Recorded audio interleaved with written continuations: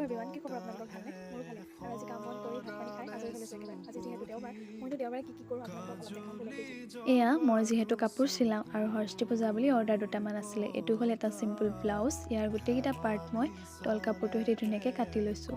আৰু এইটো হ'ল এটা লেহেংগাৰ টপটো অলৰেডি মই অলপ চিলাইছোৱেই তল কাপোৰটোৰ সৈতে, আৰু অলপ বাকী আছে আৰু ইয়াত গোলকৈ দি দিছোঁ পাছফালে।